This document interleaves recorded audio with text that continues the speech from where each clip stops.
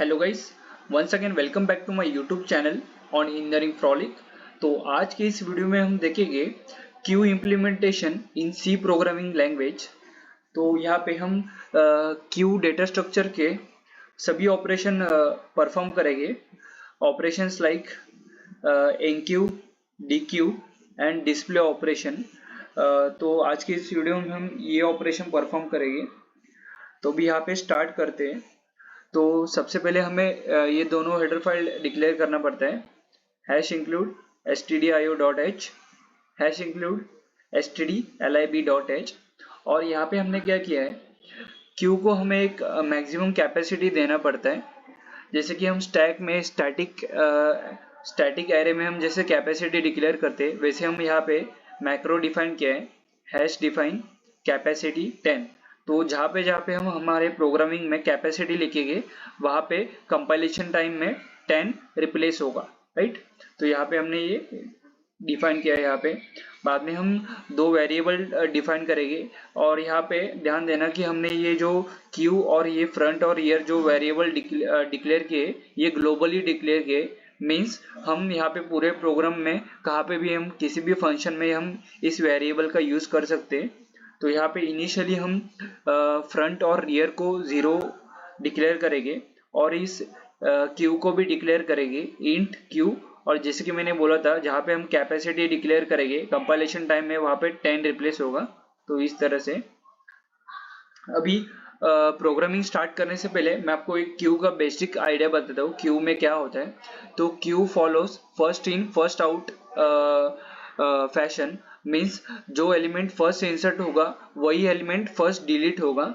जैसे कि हम टिकट काउंटर में होते हैं, तो सबसे पहले जो टिकट काउंटर में जैसे लाइन वाइज होता है, जो फर्स्ट होगा उसको पहले टिकट मिलेगा और वही बाहर निकलेगा। इस तरह से क्यू में भी सेम फॉलो होता है।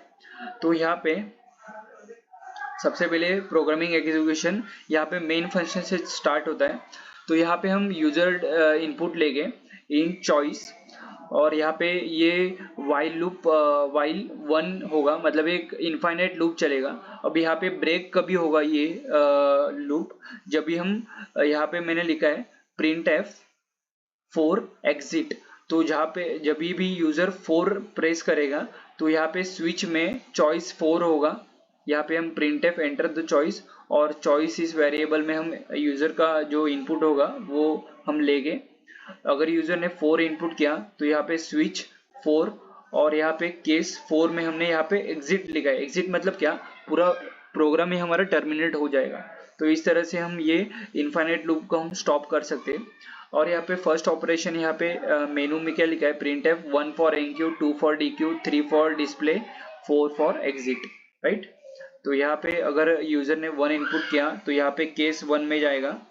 तो एनक्यू करने का यूजर को, मतलब डेटा को इंसर्ट करने का है क्यू में, तो उसके लिए हम यूजर से पहले डेटा इनपुट लेंगे। तो enter the element to enqueue %d $data, और बाद में एनक्यू ये फंक्शन को हम कॉल करेंगे, और इस एनक्यू फंक्शन में हम डेटा जो हमने लिया था उसको हम पास करेंगे, राइट। अब यहाँ पे केस 2 क्या है, dq। तो dq फंक्शन को हम कॉल करेंगे। बाद में केस 3 यहाँ पे डिस्प्ले, अगर यूजर ने 3 एंटर किया तो यहाँ पे डिस्प्ले फंक्शन कॉल होगा, और केस 4 में एग्जिट है, राइट।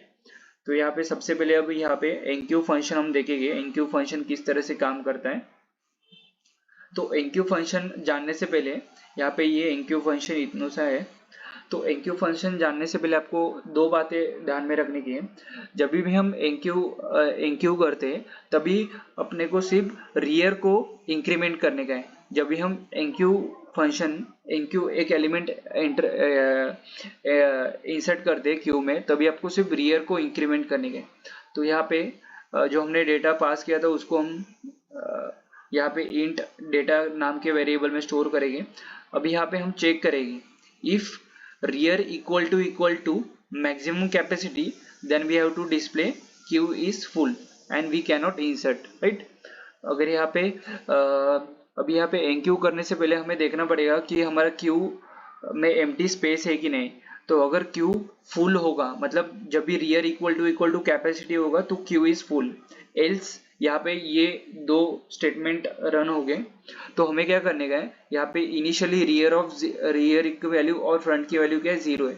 तो हमें क्यू ऑफ 0 में डेटा एंटर होगा, और जैसे कि मैंने बोला हर एक एंक्यू करने के बाद हमें रियर प्लस प्लस करने का है। तो इस तरह से ये एंक्यू ऑपरेशन चलेगा, राइट। अभी हम देखेंगे डीक्यू ऑपरेशन में क्या हो रहा है। डीक्यू मतलब क्या, deletion of node, deletion of data.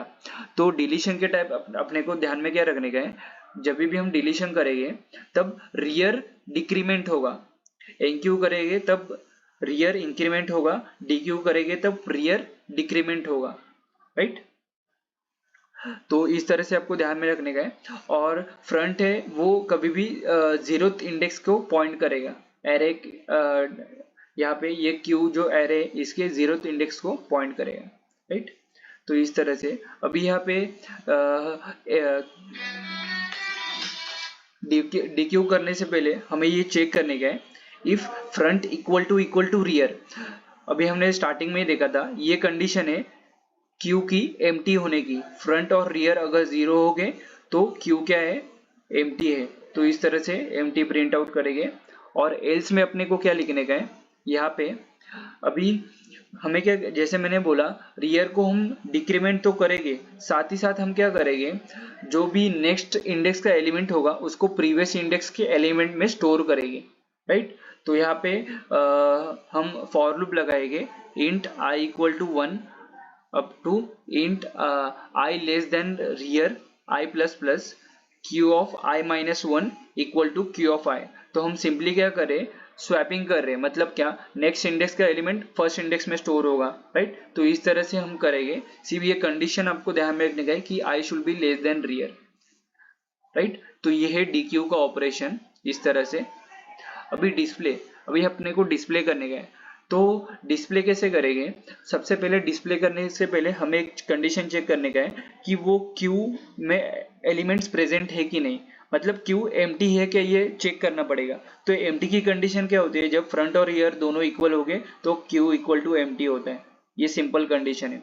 अभी अगर एक भी एलिमेंट प्रेजेंट होगा तो एल्स पार्ट में जाएगा ये लूप, और यहाँ पे ये लूप चलेगा। हम फॉर लूप की मदद से सभी के सभी एलिमेंट्स प्रिंट करेंगे। तो for int i equal to front, i less than rear, i plus plus. तो फ्रंट से हम रियर तक हम जितने भी एलिमेंट बीच में प्रेजेंट हो गए उन सबको प्रिंट करेंगे। तो यहाँ पे int i equal to front, i less than rear, i plus plus, print F %d q of i, right. तो इस तरह से यहाँ पे ये डिस्प्ले होगी। तो अभी हम एक बार प्रोग्राम को रन करते हैं और ये सभी ऑपरेशन परफॉर्म करते हैं। तो यहाँ पे मेन्यू ड्रिवन प्रोग्राम है हमारा। तो 1 for enqueue, 2 for dequeue, 3 for display, 4 for exit. तो एंटर द चॉइस, तो यूजर से चॉइस लेके हमें एनक्यू करने का है। तो 1 प्रेस करूंगा मैं, तो यहाँ पे पूछेगा enter the element to enqueue, हम यहाँ पे लिखेंगे 10। बाद में फिर से पूछेगा एनक्यू, डीक्यू, डिस्प्ले, एग्जिट, फिर से हम इंसर्ट करेंगे। तो एंटर 1 फॉर एनक्यू, हम यहाँ पे 20 एलिमेंट इंसर्ट करेंगे और एक बार इंसर्ट करेंगे 30, राइट। अभी अपने को डिस्प्ले करने का है तो 3 प्रेस करने का, यहाँ पे 3 प्रेस करेंगे तो यहाँ पे आपको दिखेगा 10, 20, 30 इस तरह से। अभी सपोज मुझे यहाँ पे डीक्यू करने का है। डीक्यू मतलब क्या, जो सबसे पहले इंसर्ट हुआ है वो सबसे पहले डिलीट होगा। तो यहाँ पे सबसे पहले हमने 10 को इंसर्ट किया तो 10 डिलीट होना चाहिए। तो अभी यहाँ पे 2 प्रेस करेंगे फॉर डीक्यू और यहाँ पे डिस्प्ले करेंगे। अभी हम देखेंगे हमारा क्यू का स्टेटस क्या है यहाँ पे। तो जैसे कि आपने देखा यहाँ पे 10 डिलीट हो गया है और अभी हमारा अपडेटेड क्यू क्या है 20 और 30। तो इस तरह से यहाँ पे ये हमारा प्रोग्राम है। तो अगर आपको ये वीडियो पसंद आया होगा तो do like, subscribe and share my YouTube channel for more such videos. Thank you.